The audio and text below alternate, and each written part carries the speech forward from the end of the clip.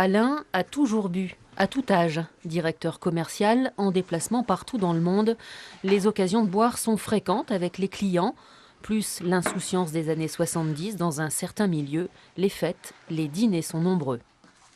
On va jusqu'à l'ivresse, c'est d'aller jusqu'à l'ivresse. On boit démesurément et après ça veut plus rien dire. On boit plus pour faire la fête, pour se rencontrer. On boit jusqu'à épuisement.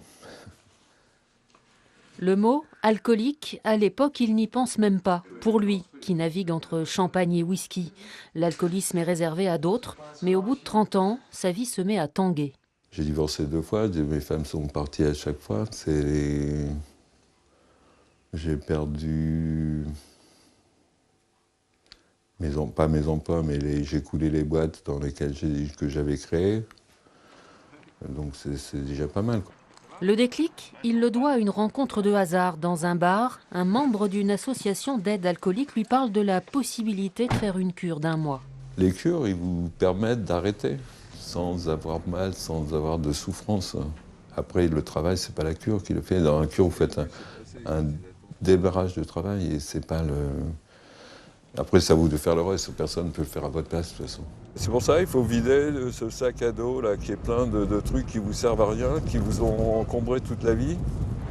La première cure le rendra abstinent 10 ans jusqu'à une rechute. Il fera plus tard 6 sevrages, d'autres cures jusqu'à l'abstinence totale depuis 20 ans. Quand il va au café, aujourd'hui, les bouteilles le laissent indifférent.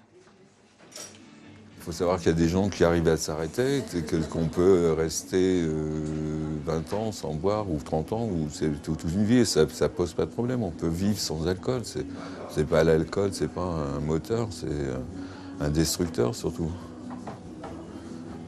C'est difficile de ne pas arriver à boire modérément pour se faire plaisir. Non, quand on est alcoolique, on ne peut pas boire modérément. Si on touche la moindre goutte, moi je ne peux pas boire une goutte, j'ai essayé, donc ça n'a pas marché. Si vous buvez une goutte, vous buvez la bouteille. Alain a su se faire aider, mettre des mots sur son mal-être. C'est à ce prix que l'abstinence peut être durable.